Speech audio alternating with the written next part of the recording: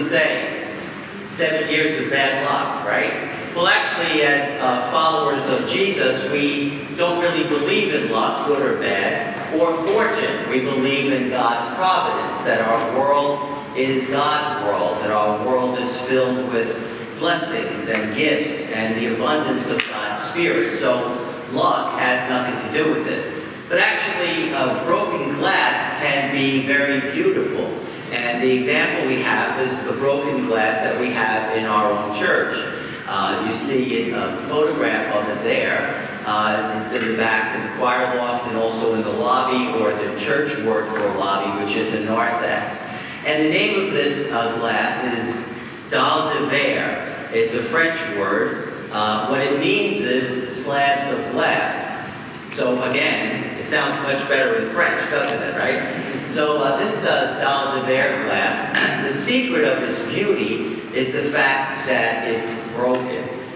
It's chunks of glass, it's quite thick, and the artist takes a little chisel and makes cracks and breaks, or facets, we might call them, in the glass. And because of those broken parts, the light is reflected and refracted and all the things that light does in a different and most beautiful way.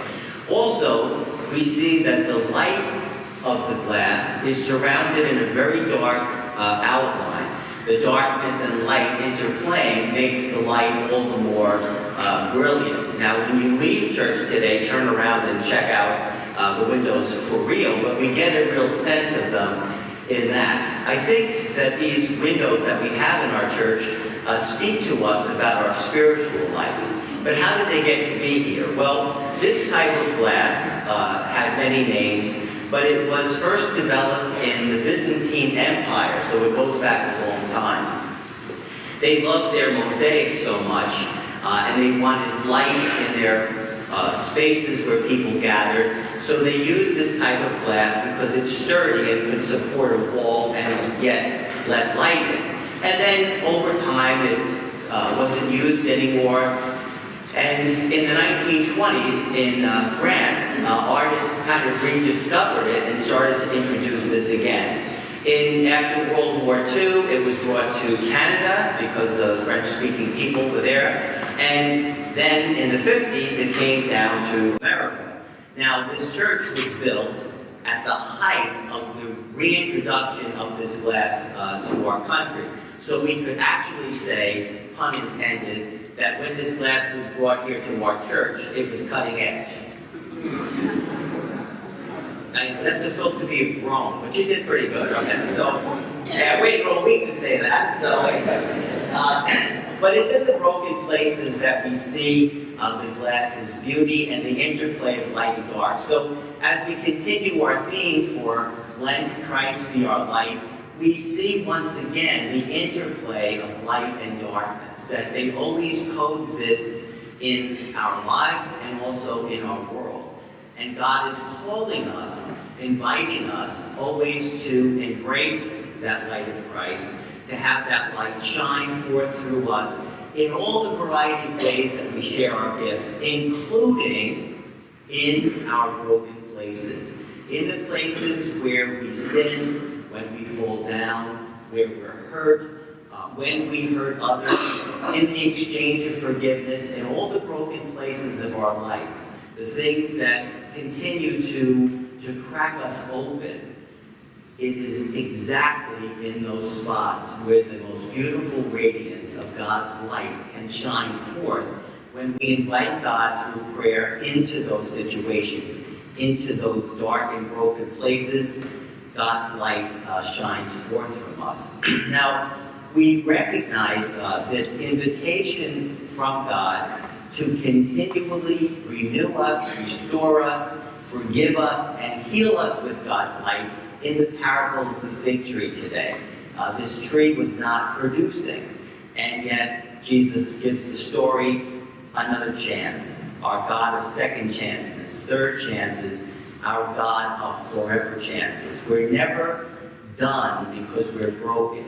Our brokenness, where we're cracked, where we're hurt, is an invitation for God to come and shine that light through us in a beautiful way. To contrast with the darkness with the light, with the facets. So it's nice to talk about it, but in what way do we reflect this light of Christ through our broken places? Well, it comes because our suffering, our pain, our difficulty, what we experience ourselves through our own fault, what we experience because life happens around us, what other people may do or not do to us, in all those places there our suffering, when we invite God into that and ask for healing and renewal, those are the places, in those little crevices within our heart, when God's light comes out of us, it comes out with empathy and compassion. Our openness to the light of Christ makes us radiate and want to share that light with one another through empathy and compassionate acts of love for people. Now, we know this is true if you think about it. Once you've experienced something that has been hurtful, we're more sensitive to other people. For example, if you've ever lost a job, been worried about money, when you hear about somebody who's having that difficulty, your heart opens to them, right? You say, my heart breaks for you, breaks forth with compassion and empathy, radiating that love of Christ. And it motivates us to have compassionate acts, to maybe share our experience or give support or arrange something that's fun to them or try to network to help that person. It's most certainly true with illness. If we've been ill, had any kind of a problem with our health, and we hear that somebody else has that issue, we rush to them the way light does in our place because we understand their experience in a way that we could not have had we not had that brokenness within ourselves. And it's certainly true of grief.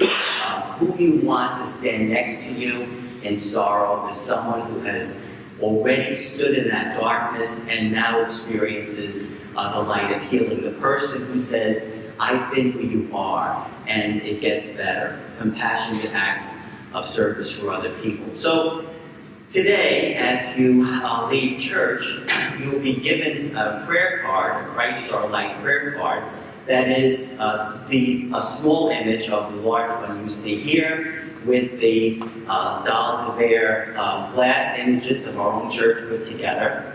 And on the back is the prayer that we're been singing about in our offertory hymn, and also that has been rewritten for our theme. So I'm just going to ask you for a moment if you would close your eyes and picture that light of Christ. And here is our prayer. Christ, be our light. Shine in our hearts. Shine in the darkness. We shine your love, placing our hope and trust in you. Please look up for a moment. We don't break a mirror every day, but certainly we experience brokenness all the time. Our brokenness, our pain is an opportunity for God's healing light to shine forth from us when we invite God into our lives through prayer. So I ask you to take the prayer card home. The bulletin explains how you can pray with this prayer and with the image of the windows, because we shine most beautifully in our broken places when that light of Christ comes forth from us in empathy and compassion. We're called to be the light of Christ.